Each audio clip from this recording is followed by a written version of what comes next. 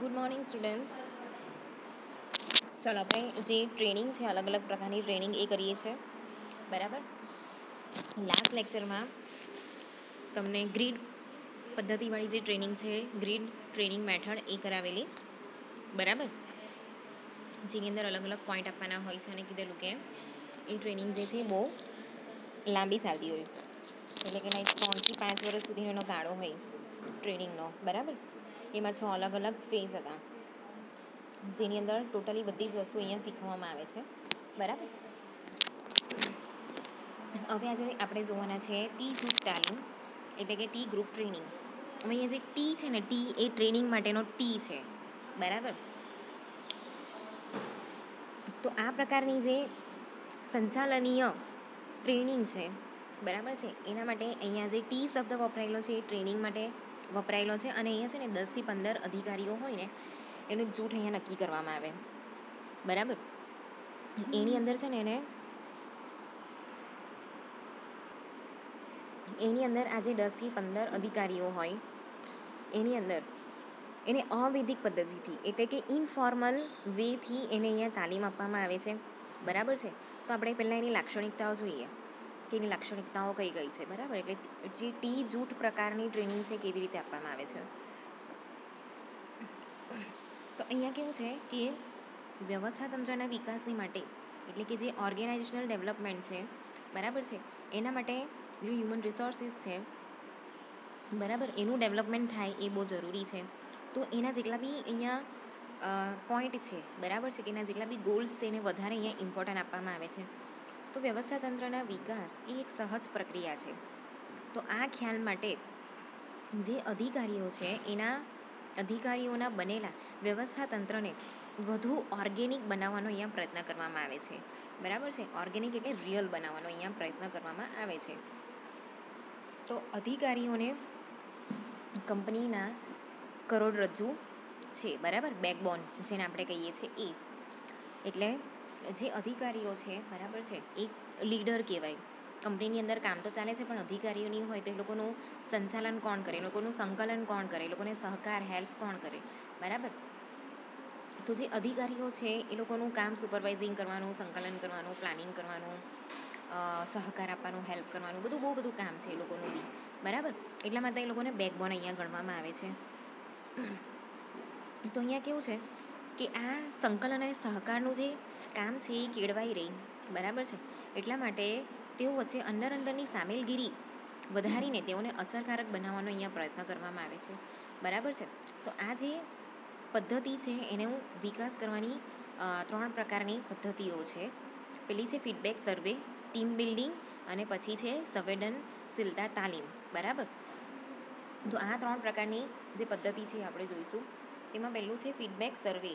Feedback સર્વેમાં શું છે કે જેમાં કોઈ સમસ્યા અંગે, જેમ કે કર્મચારીઓના નીચે કાર્યોત્સાહ, મોરાલેના અધિકારીઓની દ્રષ્ટિએ કારણો. તો અહીંયા છે ને જે લીડર છે, લીડરના અંડરમાં જે ગ્રુપ એના જે સબોર્ડિનેટ્સ કામ કરે છે એ લોકો પાસે અહીંયા ફીડબેક લેવામાં આવે છે બરાબર છે. કે પછી કોઈ સમસ્યા એ લોકોને આપી દેવામાં આવે છે, એ દ્રષ્ટિથી અહીંયા એ લોકોને ફીડબેક લેવામાં આવે છે. એના પછી છે ટીમ બિલ્ડિંગ. તો ટીમ બિલ્ડિંગની અંદર શું છે કે જેમાં કોઈ પ્રવૃત્તિ માટે જરૂરી એવા બધા જ અધિકારીઓ અને કર્મચારીઓની ટીમ બનાવીને તે ઉદ્દેશ્ય પાર પાડવાનો પ્રયત્ન કરવામાં આવે છે. ટીમ બિલ્ડિંગની અંદર શું છે કે કોઈ એક પ્રવૃત્તિ છે બરાબર છે, એ લોકો કોઈ એક પ્રોજેક્ટ છે કે કોઈ એક્ટિવિટી છે બરાબર છે, પ્રવૃત્તિ કોઈ પણ એ લોકોને આપેલી છે. તો એના માટે જરૂરી એવા બધા અધિકારીઓને અહીંયા સાથે રાખવામાં આવે છે બરાબર છે. એ કર્મચારીની ટીમ બનાવીને એ લોકોનો જે ગોલ નક્કી કરેલો છે એ ગોલને અહીંયા કેવી રીતે એ લોકો કમ્પ્લીટ કરે છે એના દ્વારા એ લોકોનું ઇવેલ્યુએશન કરવામાં આવે છે, કે એ લોકોનું સંકલન કરવામાં આવે છે બરાબર છે. એના પછી છે સંવેદનશીલતા તાલીમ, સેન્સિટિવ ટ્રેનિંગ. તો આ પદ્ધતિ વાસ્તવમાં ટી જૂથ પદ્ધતિ છે બરાબર છે. ટી જૂથ પદ્ધતિ જે ટી જૂથ છે બરાબર, એ ખરેખર આ છે સેન્સિટિવ ટ્રેનિંગ છે ને એ. તો આ પદ્ધતિમાં શું છે, એની અંદર 10 થી 15 અધિકારીઓને અવૈધિક સંગઠન એટલે કે એકદમ ઇનફોર્મલ વેમાં એ લોકોનો જે આંતર સંબંધોના આધારે વ્યવસ્થા તંત્રની સમસ્યાઓ હલ કરવાનો પ્રયત્ન કરવામાં આવે છે.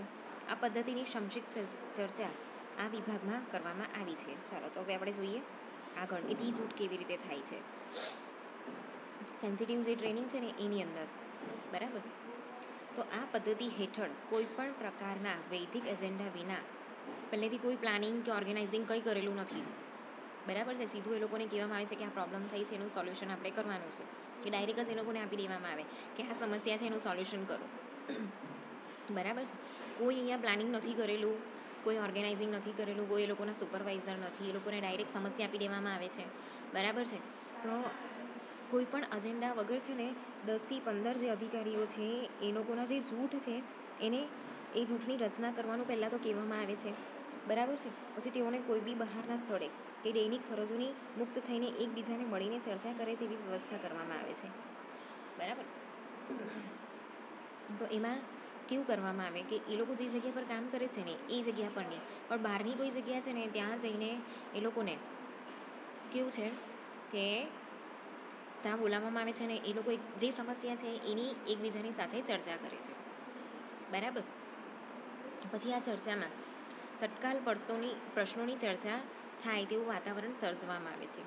આ ચર્ચામાં કેવું કરવામાં આવે છે કે જે સમસ્યા એ લોકોને આપેલી છે એ સમસ્યાને રિલેટેડ કેટલાક જે પ્રશ્નો છે એ પ્રશ્નોનું અહીંયા ચર્ચા થાય તેવું વાતાવરણ ઊભું કરવામાં આવે છે, બરાબર છે. તેમાં ભૂતકાળના કોઈ પ્રશ્નો છે કે તેનો ઉકેલ છે એની અહીંયા સહાય લેવામાં આવે છે. પછી જે અધિકારીઓ છે, બરાબર છે, એના ભૂતકાળના બગડેલા અને સુધરેલા સંબંધોને વચ્ચે લાવવામાં આવતા નથી, માત્ર તત્કાલ સમસ્યાની અહીંયા મુક્ત રીતે ચર્ચા કરવામાં આવે છે, બરાબર છે. એના પછી છે કે આ ચર્ચામાં જે ટી જૂથના એક ટ્રેનર છે, બરાબર, એમાં ટ્રેનર હોય છે, જે કંપનીના કોઈ અનુભવી અધિકારી જ હોય છે, બરાબર છે, કે ક્યાં તો પછી એક કન્સલ્ટન્ટ હોય એટલે કે જે બાહ્ય સલાહકાર હોય, બરાબર, એ હોય છે. તો બહારના કન્સલ્ટન્ટ ટી જૂથના લીડર બને તે ઈચ્છનીય છે. ટી જૂથના સભ્યો દ્વારા કોઈ પણ વૈદિક એજન્ડા વિકસાવવાનો અહીંયા પ્રયત્ન થાય છે, બરાબર છે. તો ટ્રેનરે એ લોકોને બધી વસ્તુ અહીંયા શીખવાડવાની છે, બરાબર છે, કે અહીંયા આપણે કઈ મેથડ યુઝ કરવાની છે, એનો પ્રશ્નો છે એ પ્રશ્નનું નિરાકરણ આપણે કેવી રીતે કરવાનું છે, બરાબર છે. એટલે અહીંયા ટ્રેનર હોય છે. ટ્રેનર કોણ હોય છે? ક્યાં તો કંપનીનો અધિકારી હોય છે, ક્યાંથી બહારથી કોઈ કન્સલ્ટન્ટને બોલાવવામાં આવે છે, બરાબર છે. તો આ જે ટી જૂથ છે એના દ્વારા વિષયને અને ચર્ચા સંબંધી અવૈધિકતા જળવાય તે અપેક્ષિત હોય એમ કરવું જરૂરી છે, બરાબર છે. એટલે ટોટલી ઇનફોર્મલ વેમાં અહીંયા ટ્રેનિંગ આપવામાં આવે છે.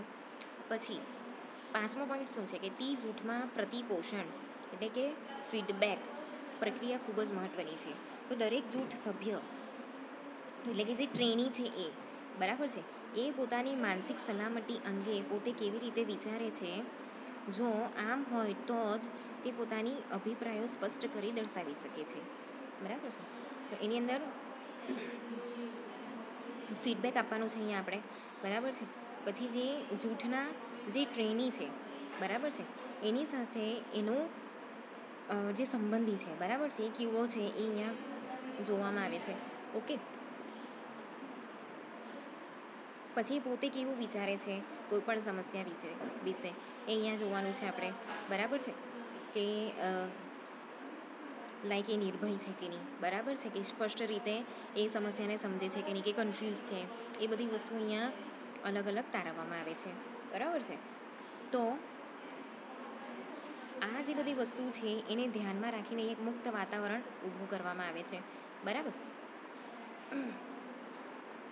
હવે જે ટી જૂથની સફળતા માટેની એ પૂર્વ શરત બની જાય છે કે દરેક જૂથ સભ્ય પોતાની માનસિક સલામતી સાયકોલોજીકલ સેફટી અંગે પોતે કેવી રીતે વિચારે છે, બરાબર, એ મુદ્દાઓની પણ અહીંયા ચર્ચા કરવામાં આવે છે. તો જો આમ હોય તો જ તે પોતાના અભિપ્રાય સ્પષ્ટ રીતે દર્શાવી શકે છે, બરાબર છે.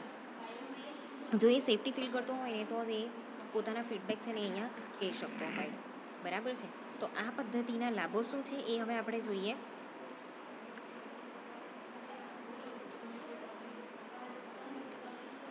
તો આ પદ્ધતિની અંદર આ પદ્ધતિ અધિકારીઓ વચ્ચેના આંતરમાનવ સંબંધો વિકસાવવાનો સહાયક નીવડે છે, બરાબર.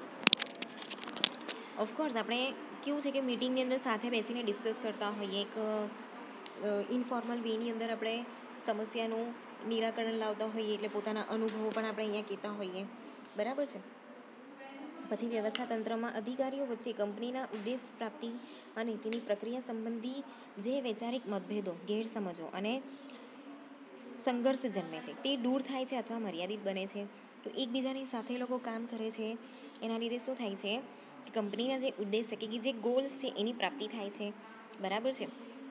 જ્યારે ગોલ આપણે અચીવ કરતા હોઈએ કે એના પર કામ કરતા હોઈએ, તો એના લીધે જે મતભેદો ઉદ્ભવે છે કે સંઘર્ષ કે ગેરસમજ કંઈ બી ઊભું થાય છે, તો એની પણ આપણે અહીંયા કેવી રીતે એને ટેકલ કરવા, બરાબર છે, એ આપણે અહીંયા શીખીએ છીએ. બીજું, કંપનીના અધિકારીઓ એકબીજા પ્રતિ વધુ સંવેદનશીલ બનીને વ્યવહાર કરે છે. જો અહીંયા કેવું છે કે એક આંતરમાનવ સંબંધ બધા વચ્ચે સ્થપાય છે. બરાબર છે. જેના લીધે શું છે કે એક ફ્રેન્ડશિપ લેવલ જે હોય ને અહીંયા મેન્ટેન થાય છે. બરાબર છે. એક ફોર્મલ રિલેશનશિપ અહીંયા મેન્ટેન થાય છે, જેથી બધા એકબીજાની સાથે હળીમળીને કામ કરવા માટે રેડી થાય છે. બરાબર છે. તો એના લીધે છે ને એ લોકો શું કરી શકે કે જે સંકલન છે અને સહકારમય એટમોસ્ફિયર છે ને એ આપણે ઊભું કરી શકીએ છીએ. બરાબર છે. જેથી બધાને એકબીજાની સાથે કામ કરવાની મજા આવે, એટલે ઉત્સાહપૂર્વકનું અહીંયા એટમોસ્ફિયર ઊભું થાય છે. બરાબર. પછી કંપની સંચાલનની કાર્યદક્ષતા અને એની અસરકારકતા, એટલે કે એફિશિયન્સી અને ઇફેક્ટિવનેસ જે છે કામ કરવાની, એ વધી જાય છે. એના લીધે કંપનીના ખર્ચની અંદર જે ઘટાડો થાય છે અને વેચાણ જે છે એ નફામાં પરિવર્તન થાય છે. હવે એના કેટલાક છે ને ગેરફાયદા બી છે. બરાબર. એ ગેરફાયદા આપણે જોઈએ. તો આ જે પદ્ધતિ છે, એ પદ્ધતિની અંદર શું છે એના ગેરફાયદા એ આપણે જોઈએ. તો આ પદ્ધતિ વ્યક્તિગત સ્વરૂપની હોય, તેની અસરકારકતા વિવાદાસ્પદ બની જાય છે. જો જૂથ સભ્ય, એટલે કે જે ટ્રેની હોય છે, તો ટ્રેનીની ચર્ચા કરવાની ઈચ્છા ન હોય અને ચર્ચામાં સામેલ થવા ન માંગતો હોય, અથવા કેટલાક રિઝર્વેશન અને જળ માન્યતાઓ હેઠળ દલીલ કરતો હોય, તેવી પરિસ્થિતિમાં આ પદ્ધતિ નુકસાનકારક પુરવાર થાય છે. જો આપણે શું જોયું આ પદ્ધતિની અંદર કે જે ટ્રેની છે ને, બરાબર છે, એ ટ્રેની અહીંયા મુક્ત રીતે પોતાનું વિચાર અહીંયા રજૂ કરી શકે, બરાબર છે, એવી અહીંયા વ્યવસ્થા કરવામાં આવેલી છે. એનું સાયકોલોજી પણ અહીંયા જાણવાનું હોય છે આપણે, કે એ કોઈ પણ સમસ્યા છે, બરાબર છે, એ સમસ્યા સુલઝાવતા કે બોલતા કે પોતાના અભિપ્રાયો વ્યક્ત કરતા એ ગભરાતો તો નથી ને, એ ક્લિયર તો છે ને, બરાબર છે. તો જ્યારે એ વ્યક્તિ ક્લિયર નહીં હોય, બરાબર, કે ગભરાતો હોય, ઓકે, કે કેટલીક એની માન્યતાઓ હોય, જળ માન્યતાઓ હોય, કે એના મનમાં એવું રિઝર્વેશન હોય. રિઝર્વેશન એટલે કેવું કે અમુક પરિસ્થિતિની અંદર એવી વિચારણા બાંધી લીધેલી હોય કે આ પરિસ્થિતિ તો આવી જ હોય, એની અંદર આવું થવું જોઈએ, એની અંદર તો આવું થવું જોઈએ. એ બદલાવ હોય ને, બદલાવ એને બહુ જલ્દી એ લોકો એક્સેપ્ટ નહીં કરતા હોય. બરાબર. તો એવી પરિસ્થિતિ ઊભી થાય કે જ્યારે ટ્રેનિંગ જે છે એ બધાને પર્સનલી અપાતી હોય, બરાબર છે. તો એમાં જે જૂથ સભ્ય છે, એટલે કે જે ટ્રેની છે, એને ડિસ્કશન કરવાની ઈચ્છા નહીં હોય, કે ડિસ્કશનમાં સામેલ નહીં થતો હોય, ચર્ચા નહીં કરતો હોય, બરાબર છે, કે કેટલીક એની જળ માન્યતા છે એના પર એ ચોંટી રહેતો હોય, બરાબર છે, કે એ જળ માન્યતાને લીધે બીજાની જે દલીલો છે, બરાબર છે, કે બીજાના જે ડિસ્કશનના પોઈન્ટ છે એને એક્સેપ્ટ નહીં કરી શકતો હોય. તો એવી પરિસ્થિતિની અંદર કેવું છે કે આ પદ્ધતિ નુકસાનકારક છે, બરાબર છે. હવે ટી જૂથમાં સામેલગીરી માટે અધિકારીને ફરજ પાડવામાં આવે તો તે બિનલોકશાહી અને બિનવ્યવહારુ પગલું બની જાય છે.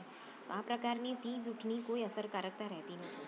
તો અહીંયા કેવું છે કે અધિકારીને જબરજસ્તી એવી કહેવામાં આવે છે કે તમારે અહીંયા ટ્રેનિંગ લેવાની જ છે, બરાબર છે.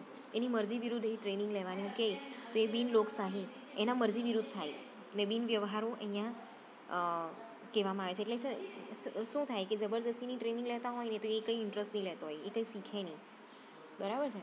તો એના લીધે એની જે અસરકારકતા છે ને એ ઓછી થઈ જાય છે, બરાબર. એના પછી છે કે જ્યારે કંપનીએ ખૂબ જ કડક અને અધિકારીઓને પ્રતિકૂળ સ્વરૂપના નિર્ણય લેવાના હોય, તેવી પરિસ્થિતિમાં આ પ્રકારની પદ્ધતિ અનુસરવી ખૂબ જ નુકસાનકારક સાબિત થાય છે. તો જ્યારે કંપનીએ એકદમ કડક નિયમો બનાવેલા હોય કે અધિકારીઓને પ્રતિકૂળ સ્વરૂપના નિર્ણયો લેવાના હોય, તેવી પરિસ્થિતિમાં આ જે પદ્ધતિ છે એ અસરકારક રહેતી નથી, બરાબર છે. તેમાં જે ઓર્ગેનાઇઝેશન છે પોતે જ નિર્ણય લઈ લેતી હોય, અધિકારીઓને ખાલી ટ્રેનિંગ આપતી હોય કે એની વાત સાંભળતી નહીં હોય, તેવી પરિસ્થિતિની અંદર કેવું છે કે અલ્ટિમેટલી આ પદ્ધતિ નુકસાનકારક તો છે, અલ્ટિમેટલી ઓર્ગેનાઇઝેશનને પણ નુકસાન થાય છે, બરાબર. તો તો આ થઈ ટી જૂથ પ્રકારની પદ્ધતિ.